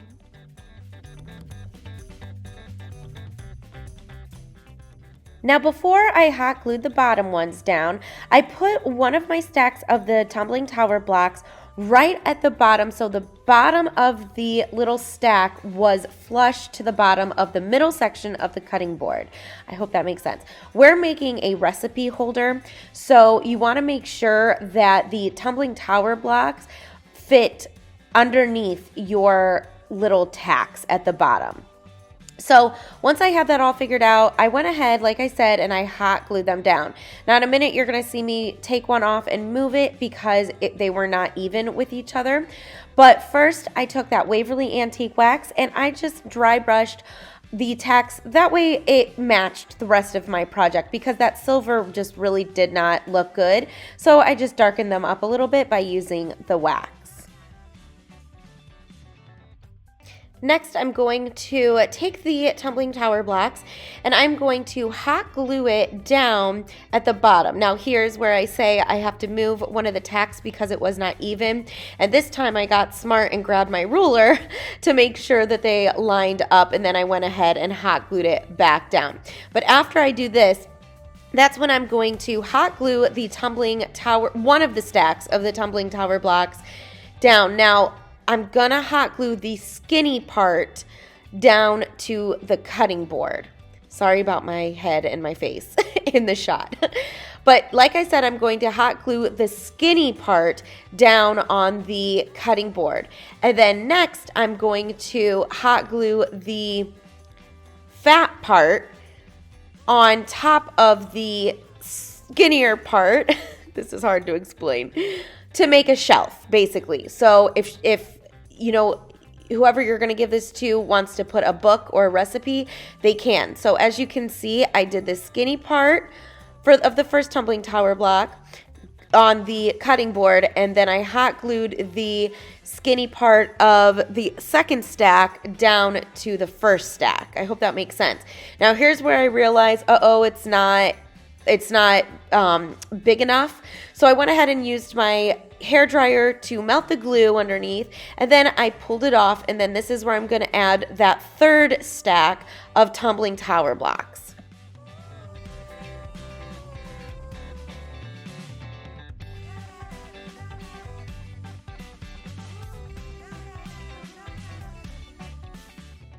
So this time I hot glued that third stack to where the original stack was glued on the cutting board. So what I wanted to do was make my shelf just a little bit longer so that a book could actually fit in there. Then once I got it glued down, I took that ivory chalk paint again and I painted it, and then I went ahead and distressed it. Then after it was dry, I hot glued my tumbling tower block shelf back on the cutting board at the bottom.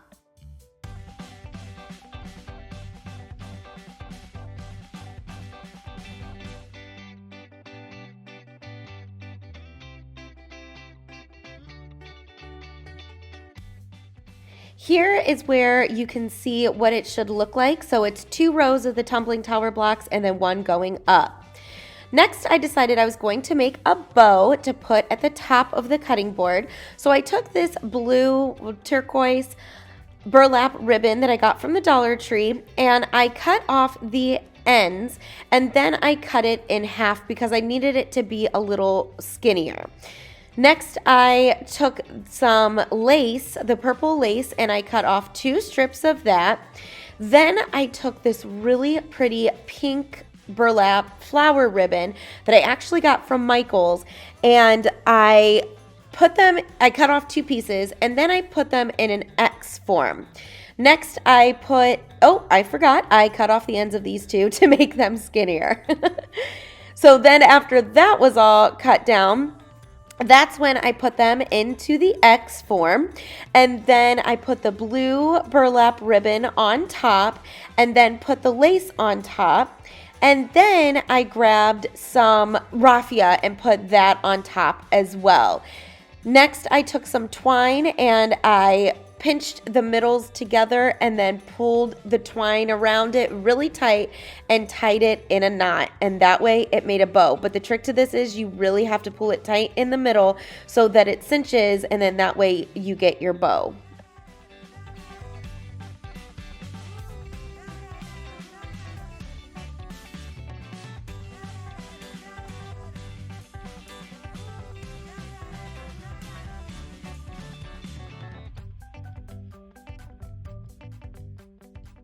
Now, before I hot glued my bow down, I wanted to put a clip on top just in case it was a recipe card. That way they can clip the card onto the little clothing pin. So I had one that was already white, so I just went ahead and distressed it with my Waverly wax so it matched. After that, I took my bow, I hot glued it down, and then I'm going to hot glue the little cloth pin underneath it.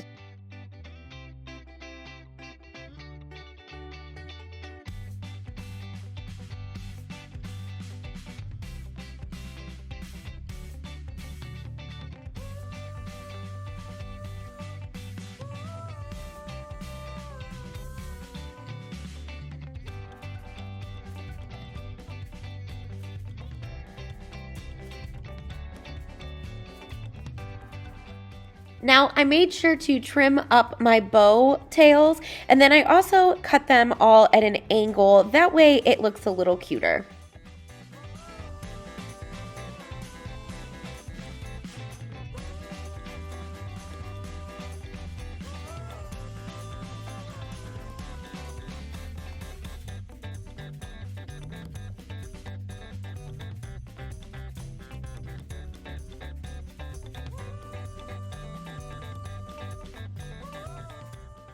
So I kind of felt that the blue ribbon was a little too bright. It kind of just stuck out. So I just took some of my antique Waverly wax and dry brushed over the ribbon. Next, it was time to make a stand. Now, I already had this made from a DIY that I had created and then didn't end up using, but I wanted to show you that I did 3 rows of 4 blocks, and then I hot glued them together, and then I hot glued it to the back. Now I did stain the blocks as well, and then that way it created a stand. Now when you put your stand on, you want to lean it backwards a little bit. That way it just naturally sets, and then it makes the perfect little cutting board recipe holder. I absolutely love this. I think it would be a great addition to any kitchen, and I hope that whoever I give it to loves it too. What do you think?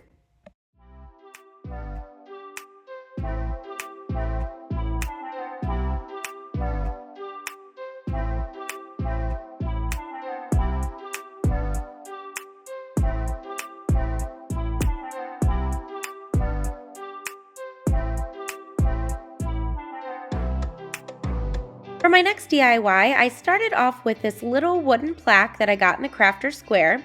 I went ahead and cut off the line, and then I took a piece of scrapbook paper, flipped it over, and then rather than trying to trace around the shape, I just cut off a rectangle to fit the shape. And then I took some Mod Podge and put some of that on the top of this wood plaque. Then I went ahead and just pushed down my scrapbook paper right on top.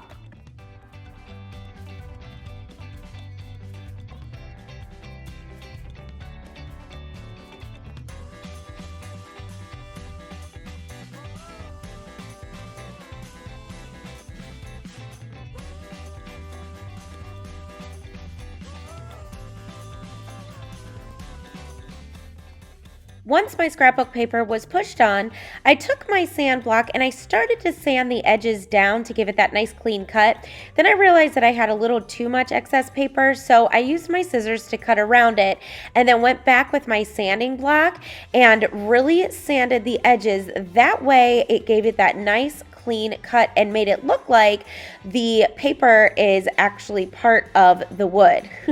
You can see I have a little helper off to the side there. She kept stealing all of my stuff. And this is also the case of the missing scissors. Those scissors right there, I have no idea what happened to those after this project. They just up and disappeared. I'll keep you posted on that.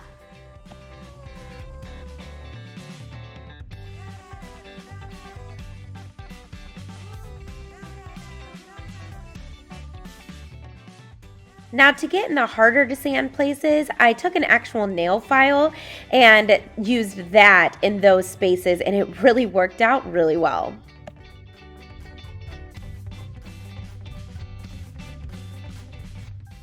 Now, as I was sanding, a little bit of the paper ripped off on the edges, but I wanted to show you because I really love that look. I am such a rustic girl and I love it so much. After all my sanding was done, I took some Mod Podge and just painted over the top to secure my paper. Next, I took my Waverly Antique Wax, and of course, I stained the edges, so the wood around the paper, and then I hit the top of it too, just to kind of make it all blend in and give it that rustic look.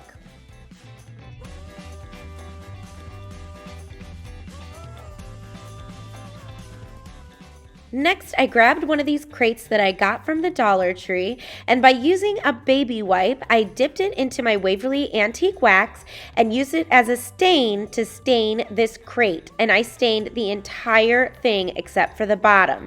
You also want to make sure to get into the little holes or the handles on the sides as well.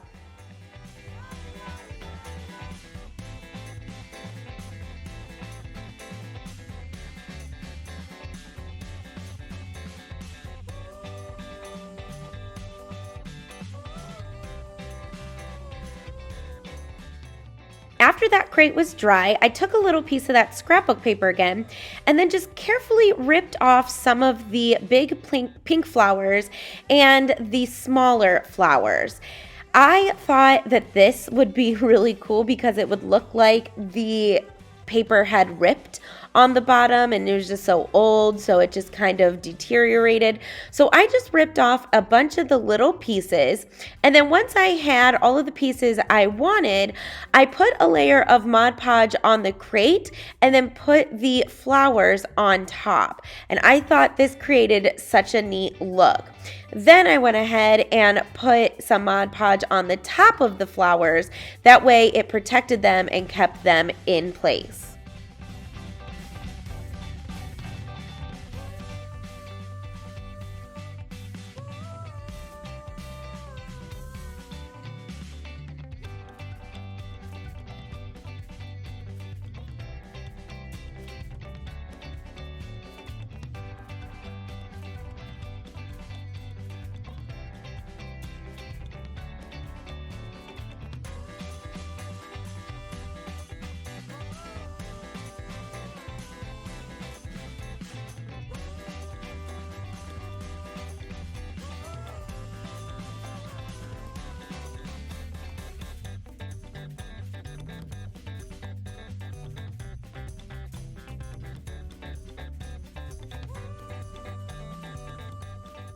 Once my Mod Podge was dry, I took that makeup sponge with the Waverly Antique Wax and I just kind of brushed it around the edges of the paper. That way you can't see like the ripped white part of the paper, if that makes sense. But I blended it all in and I absolutely love how that came out. And then I did end up adding one more little piece in the corner. So I just did the same thing. I just Mod Podged it on and then I used my Waverly wax to go ahead and blend that in as well. Now, because these are glued down on a crate, I wanted to create the spaces that would naturally be in the crate again. So I went ahead and I used a couple different methods here, but I used the craft knife at first but that was too sharp because I didn't want to rip the paper off. I just wanted to break it apart so that way you can see the little slice of the crate in there. Then I used a craft stick to go ahead and stick it in there too, and that seemed to work a little better. So as you can see, I keep going back and forth between the knife and the craft stick. You just have to be really careful, go really slow and be patient, and eventually it'll look like what it's supposed to look like. And then I tried to get my little sanding tools in there, but it didn't work. Some sandpaper probably would have been better. I just didn't have any, but I just kind of worked with it. And then I threw some Mod Podge on top of it again just to secure it.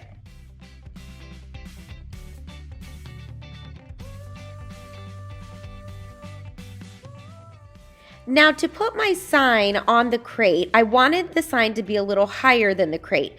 So I took 2 craft sticks and I started off by staining them first. And then I went ahead and hot glued them down to the very bottom of the sign. And then I put it into the crate, put the craft sticks into the crate and kind of measured them and cut off whatever I needed. And then I hot glued the sticks down into the inside of the crate, which you'll see here in 1 minute.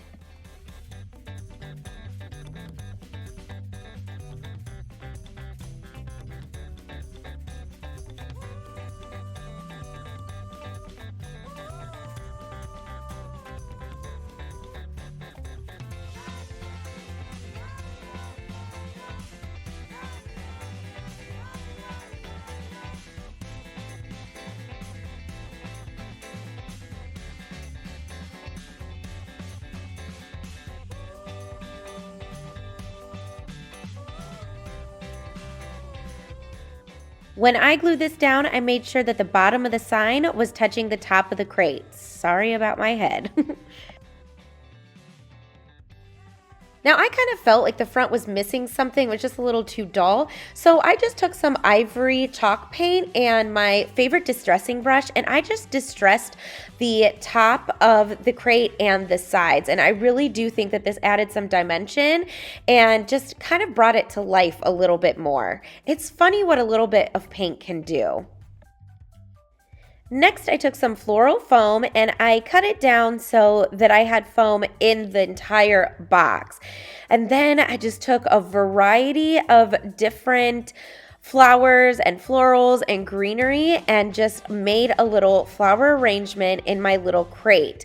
Now, I am not very good at making flower arrangements, to be completely honest, so I just went ahead and sped through this because I really was not going to explain how I did this, but you can kind of just watch because I just I don't know, I just throw them all in there and then fix them, but it's one of those things that every time I look at it, I go adjust something or move something, so you can just see what I'm doing here. But basically, I just put the flowers wherever I saw fit, but I kind of wanted to leave the center of the sign a little plain. So you can see that most of the flowers are kind of to the sides. After I had all my flowers in, I went ahead and hot glued some Spanish moss down to cover the foam. And then I just got some random greenery pieces and I just filled in some spots. Now, like I said, I did try to keep the center of the sign kind of free from the flowers, and in a minute you're gonna see why.